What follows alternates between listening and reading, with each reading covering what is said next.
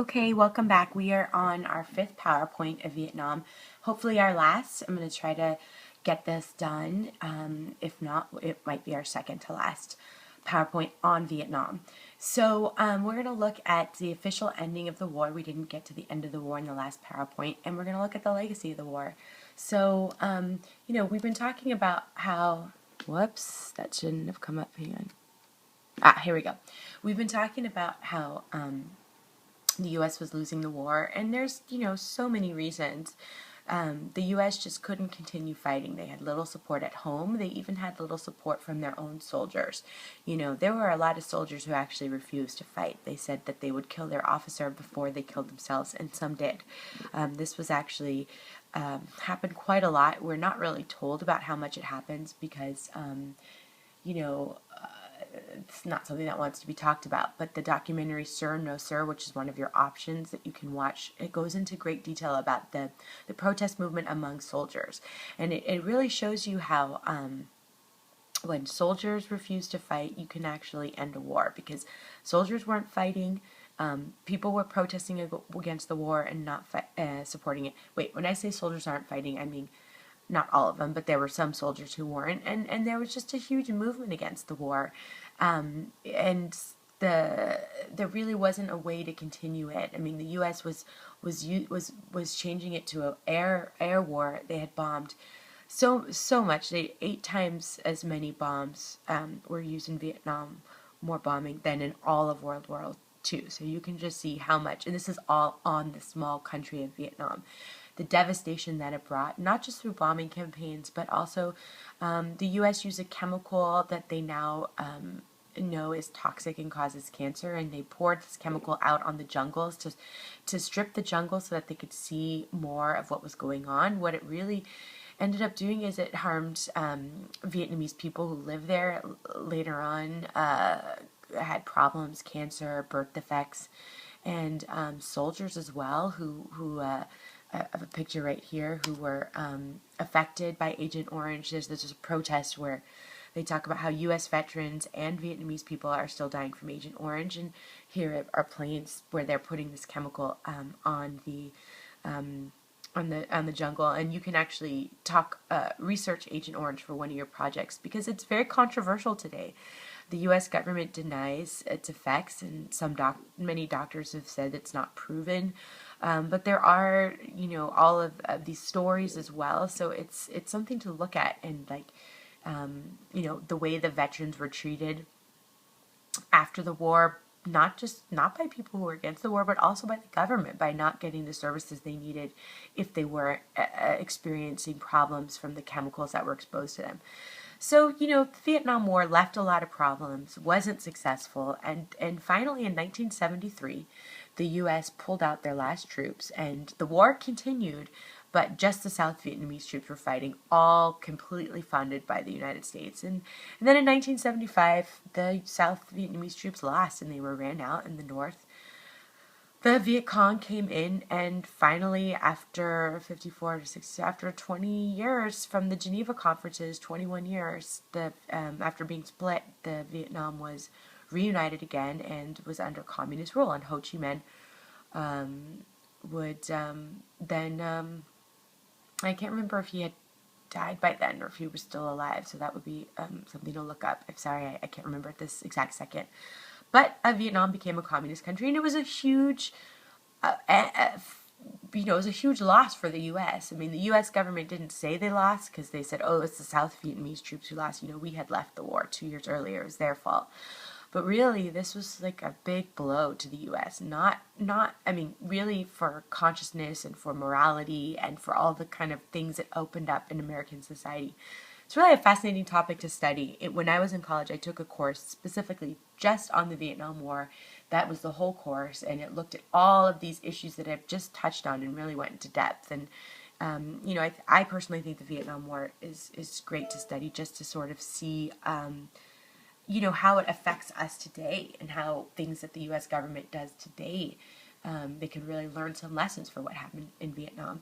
At the end of the war, 1.5 million Vietnamese people had died, and 58,000 Americans were dead. So another kind of thing that came out from the war is something that happened in Cambodia. You know, I said that Cambodia had been being secretly bombed by the U.S., and because of that, the Cambodian people no longer had faith in their own government because their own government couldn't protect them from the bombings. So a very brutal communist government called the Khmer Rouge, right here, which I might have misspelled. I'm not sure if there's an H there, so we'll have to look that up. But the Khmer Rouge came to power, and their leader, his name was Pol Pot, and they were very brutal. They slaughtered 2 million Cambodian people, which was 1/4 of their population. And if you're wondering what this picture is right here, those are actually bones, skulls and bones of people that they killed. The movie New Year Baby, that's recommended on your list to read, and I think I might show it in class, talks about this genocide. And the Khmer Rouge was put into power because of the war, because of the bombings. And so, the U.S. government did not support the Khmer Rouge by any means, but you have to be careful when you go into another country and do stuff there. You don't know what kinds of powers you're going to unleash, what kinds of things you're going to affect. And this was just a terrible time for Cambodia. The problems in Cambodia are still going on. Like those pictures, these bones of these people who their lives were lost, and this memory of this genocide, that it was a genocide of Cambodian people against other Cambodian people, still exists today. And who to punish for this is there's war crime trials going on today.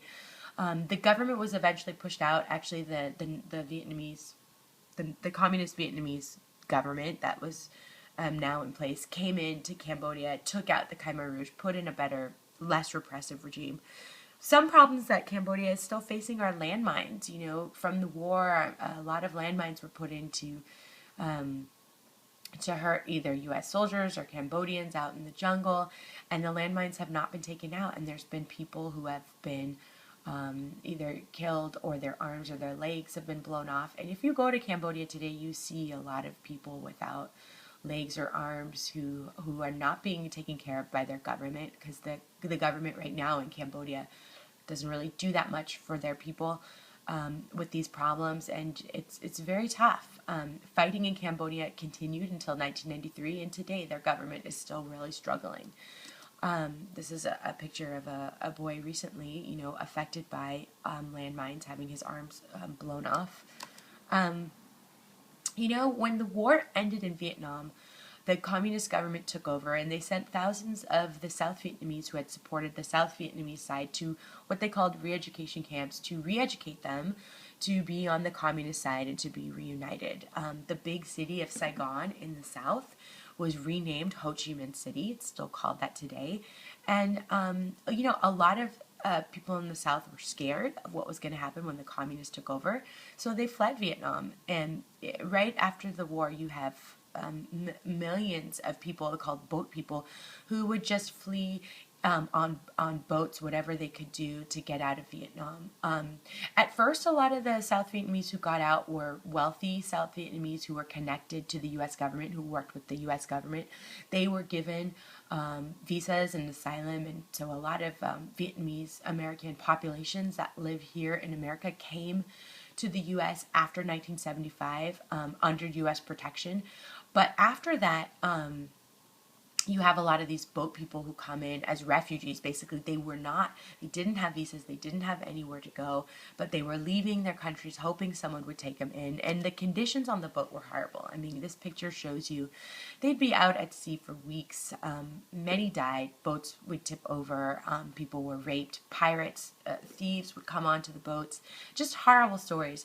People trying to get out of these war-torn areas and find a place. And when they did often get to a place of protection, they ended up in refugee camps for years because no country would take them. And this is sort of the legacy of the war and what happens when people don't have their homes anymore and where people are leaving. And this is a big responsibility of the war, and something that, all these people were living here for years and years with no education, food, cramped conditions, not really anyone taking care of them. So this is something to think about, is, even if a war's over, you still have refugees, and someone has to sort of take responsibility for that. You know, these are children and people. Now, a big question is, how does the United States remember the war? One thing to look at is how the United States dealt with treating Vietnam after the war. In The People's History of the United States by Howard Zinn, he writes that once elected, President Carter declined, and he was the president at the time in the late 70s, declined to give aid to Vietnam for reconstruction, despite the fact that the land had been devastated by American bombing. Asked about this at a press conference, Carter replied that there was no special obligation on the United States to do this because the destruction was mutual. So the U.S. never apologized to Vietnam. They never paid any reparations, and they never helped them rebuild because, for many reasons. Here, an actual president says the destruction was mutual, which clearly is not true because the U.S. didn't have any people or land devastated here. I mean, they had soldiers die, but that's where the line ends. And they spent a lot of money on the war, money that didn't go to services that American people needed. But not only that, but the U.S. actually put an embargo on Vietnam and wouldn't do any trade with them and hurt their economy. So as a result, the Vietnamese economy and country had difficulty growing without being connected to one of the most powerful country in the world, the United States. And also the United States really hasn't done a good job at kind of exploring their role in the war, why they got involved in the first place, what happened there, and what we'll talk about that in one more second, but I just want to say today Vietnam is still a communist government, although when we study China, we'll talk about how it's really just communist in name. It doesn't practice in the economics of communism. They're very much a capitalist country. In 1995, under President Clinton, the United States did normalize relations with Vietnam. You know, now you can fly to Vietnam on a direct flight, whereas before, if you wanted to go to Vietnam, you'd have to fly to a country near Vietnam and then go in because we had no connections with Vietnam. Now you can trade and do business with Vietnam, and so really since 1995, Vietnam's economy has done better with the economy and with trade opening up and tourism. Like I said, I visited Vietnam. A lot of people can now go visit, and relations are today much better. It's interesting. If you go to Vietnam, most Vietnamese people are very young and didn't live through the war. I mean, I can't remember the statistic, but something like 3/4 of Vietnamese people were born after the war. So the memory isn't really that strong, and the anger is that you would think might be there. I've heard from other people, and I didn't experience, because Vietnam they're finally independent and they want to get on and they want to move on, and they know that the U.S. is the key to having a stronger economy. They want to do trade with the American economy, and so they're not going to focus on anger. Instead, they're going to focus on moving on and sort of, and also a lot of Vietnamese, they feel like it was the American government who led the war, but not the people. Like the people were protesting against the war, and it might not have been all the people, but in the Vietnamese eyes, they sort of see that the war was unpopular, and that's what ended the war.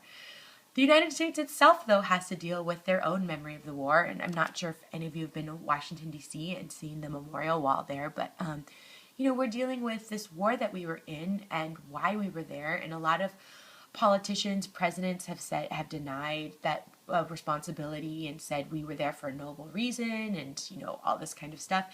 And a lot of leaders who made decisions to not end the war, to keep fighting, they're still in power today. And you have to ask yourself the question, by not examining our responsibility in the war, how does that hurt us today? By not kind of remembering and being true to how U.S. foreign policy can sometimes go astray, how does that now affect our foreign policy today and what we're doing in other countries today? And also, what are our policies today that might be hurting another country years from now? So, like in Cambodia, landmines are still affecting Cambodian people, and we're not really helping out with that in any way. So what kind of mess are we making in another country now that later on might be hurting the people? So these are just some of the lessons that we can get from studying the Vietnam War, and I'm going to end now because we're almost out of time, but there's 2 more PowerPoints to watch on other Cold War issues, so I will see you soon.